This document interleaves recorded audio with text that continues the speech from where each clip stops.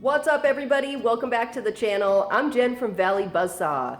In today's video, you are getting part one of a brand new series over here on the channel where I'm going to be testing out some custom concrete and plaster projects.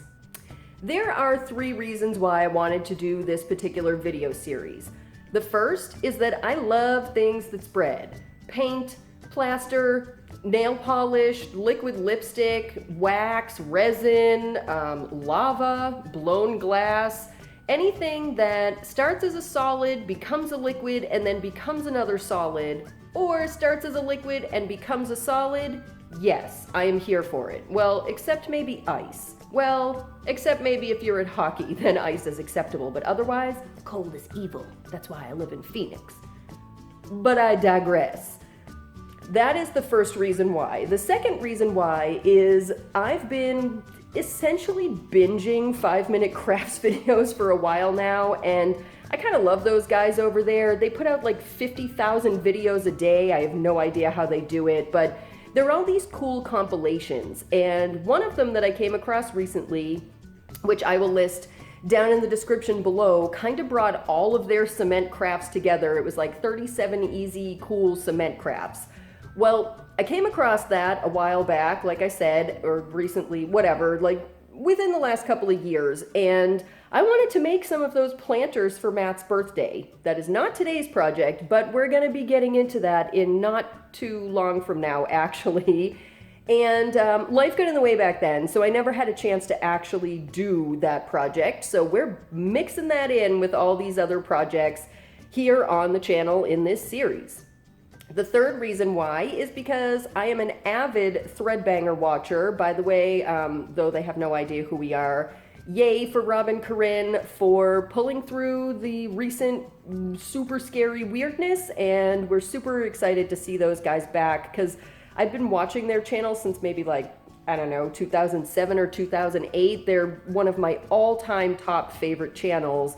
And Rob started testing out some 5-minute crafts videos not too long back, and I was kind of hoping he'd get to the concrete, but now I'm kind of glad that he didn't because I really want to test this in maybe a little bit of a different way than the way he was going about testing. But I was truly inspired by watching his videos to just go out there, buy a whole bunch of crap, and start testing it myself to see if it actually works.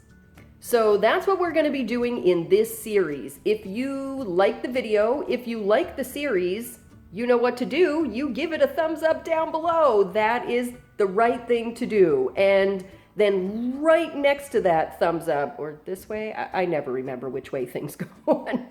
It's down there somewhere. Big red subscribe button. Subscribe to the channel. That way you won't miss any of the upcoming videos in this series or in other project-based series that we have coming up. I'm super excited for you guys to start checking out this one, so without any more blabbering from me, let's get into the first video in the new Custom Concrete and Plaster Project series. On our way to Lowe's. Yay! It's our anniversary today. Happy anniversary! Happy anniversary! Not our Lowe's anniversary. No. Just our anniversary. A lot of years. Only 17. It's a lot of years.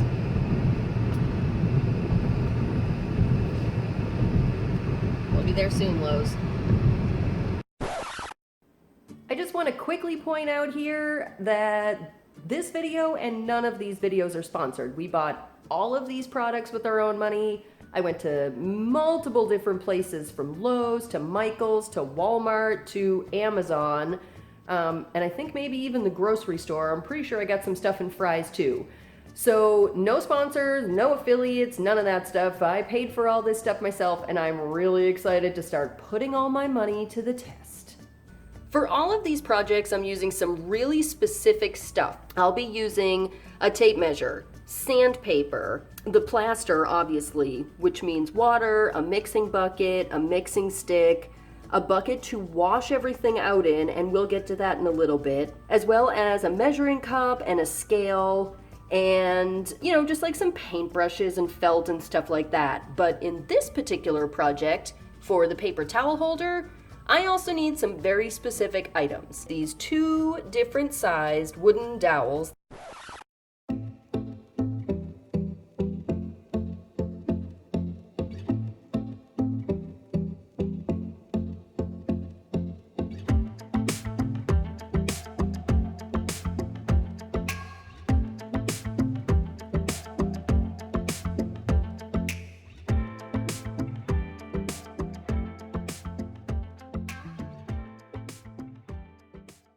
These dowels are 1 inch, which will go inside the paper towel roll, and a 1/2 inch, which will go a few inches out from the other one in order to stop the paper towels from flying all over the place. I will also need an 8-inch round metal disposable pan, which I will also coat in Vaseline or Pam cooking spray or some other kind of cooking spray to make sure that it acts as a mold release. Some sticky back felt so that I can use it on the bottom of the paper towel holder. That way the thing isn't scratching up my counters. Dap Plaster of Paris. And to top it all off, I'm using my ultimate favorite Modern Masters Decorative Painter's Dead Flat Varnish top coat.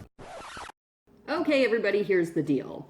I talked about a washing bucket, and I said I'd get back to that later. That time is now. Here's what you're gonna do. You're gonna get yourself a big 5-gallon bucket, like this one here. You're gonna put inside it a trash bag that will make it pretty much all the way to the bottom of the bucket, and wrap around the outside of the top of the bucket that you can secure to the bucket so it just doesn't move. Number one thing though, make sure that doesn't have any holes in it, because here's what you're gonna do. You're gonna fill up that bag, not just the bucket, but the bag, with nice warm water that you're gonna use to wash your mixing bucket, your mixing sticks, anything that you're using that's gonna have plaster or concrete on it. You wanna do that washing inside the bag. Here's why. After you let that bag set for about 12 to 24 hours, most of the plaster or concrete will settle to the bottom of the bag. So then pretty much all you have to do is drain the water out of that bag. And what I recommend is don't poke a hole in it until you're absolutely done with all of your concrete projects, because waste is bad. But you'll poke a hole in it a little bit above the line of plaster, drain as much of the water out as possible, then just take the bag out of the bucket and throw it away. It makes your life a lot easier because you have one specific place to wash stuff, and you're not going to cause yourself a multi-$1,000 plumbing issue by rinsing concrete or plaster down your drain. Definitely a no-no. Next order of business is to measure out the plaster. Now you can see my respirator here. That's because this stuff is super fine particle and I refuse to inhale it. So I'm a safety first girl, as we all know. I'm gonna throw on my respirator, grab my mixing bucket and stick, grab my measuring cups and a whole bunch of cold water and get to mixing.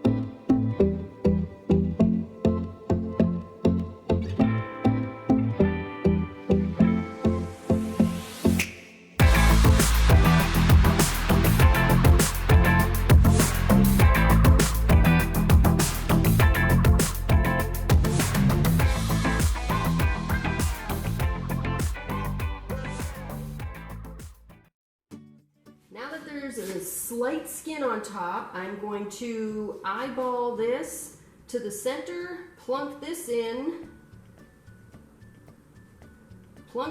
too. Look pretty good from above. I'll clean that up with some sandpaper and probably throw some silicone or caulking in there, but we are good to go. All right, everybody, as you can see, the piece is setting up over here. I probably don't have to because it's pretty thin, only about 3/4 of an inch thick, but I am gonna leave it to set for 24 hours. So tomorrow in the morning, late morning, early afternoon sometime, I am all over coming back out here to make sure this thing is ready to go. I've also got my wash bucket here with the bag inside, like I mentioned before. Let's look in there.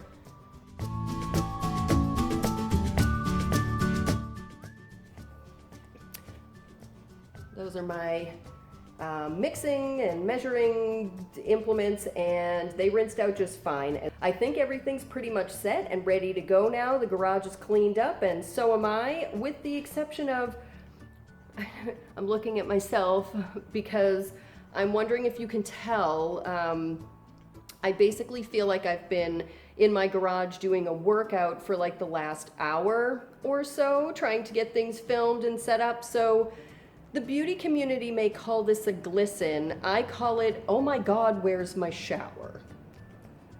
I can't wait to see if it comes out right. Clearly, I didn't have a small level, and we'll just see how it works. Okay, everybody, through the magic of YouTube, it's only been about 1 second for you, and for me, it's been about 24 hours. I'm about to go out and actually check the piece. Is it a viable piece that I can even finish? I've already opened some doors and got some lights on, so we're ready to rock. Let's go. There she is, in all of her splendid glory. I'm gonna try to do a little bit of a close-up because I want you to see. This particular one, yeah, I don't know. It seems sturdy in there right now. That also seems okay. I don't know. We'll see what happens here, but I'm going to do my best to get this thing out of the mold and pray that it actually came out all right. Fingers crossed.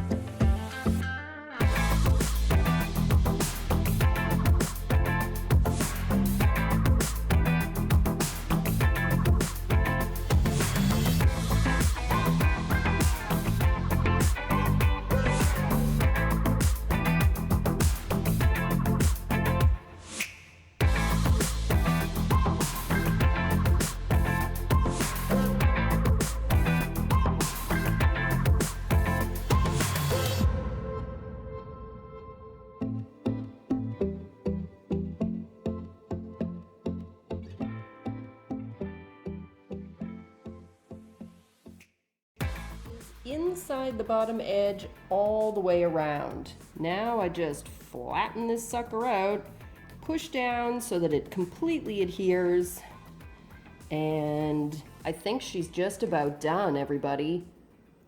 Okay, everybody, here I am with my final thoughts. Am I happy with this project overall? I give it an enthusiastic 2 thumbs in the air, and here's why. It worked. That might be a really low benchmark for some people, but for me, this was the first time I had ever taken on testing out someone else's project that they had done in a purported 5 minutes that I wanted to kind of elevate to another level and see if I could actually do something that was going to be functional for Matt and I in our house. Check, check, check. It all worked out great. I also didn't want to like throw any shade over at 5 Minute Crafts by coming on here and saying, this thing cracked, it didn't work, I couldn't get the dowels in at all, because frankly, most of the fails that you saw in this video were absolutely user error. I should have prepared better in advance for some of those little things like mounting the dowels to the pan, or making sure that I was pouring the plaster early enough so it didn't start to set in the bucket, to doing a better job of measuring the dowel, which I really thought I did do, but apparently not this time. It's a little tall. Things that I'm super happy with is the thickness of the base, the fact that the felt stuck to it, zero problem, and is staying put, and the fact that it did come out relatively smooth. Despite the air bubbles, I was able to sand this thing down and get it pretty smooth. And I know it's going to function great for us here in our kitchen, so overall I'm pretty psyched and looking forward to doing the other 6 projects in this series. The only thing left to do now is to get some amazing beauty shots.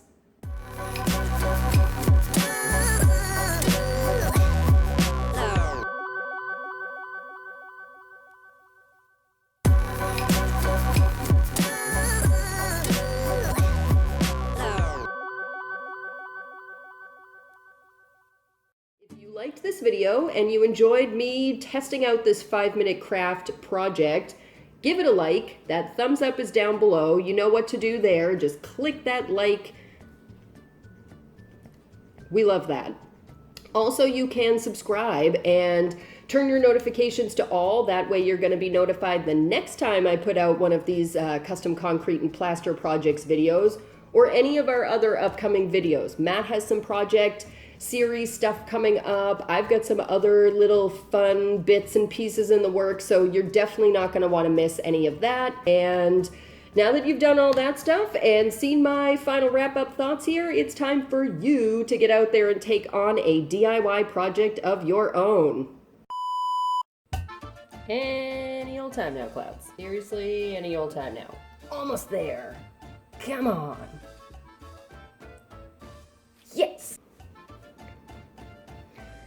Let's just try that again. Could I be more hitchy today? Okay. Come on, Cloud, I need you. Oh, that seems right.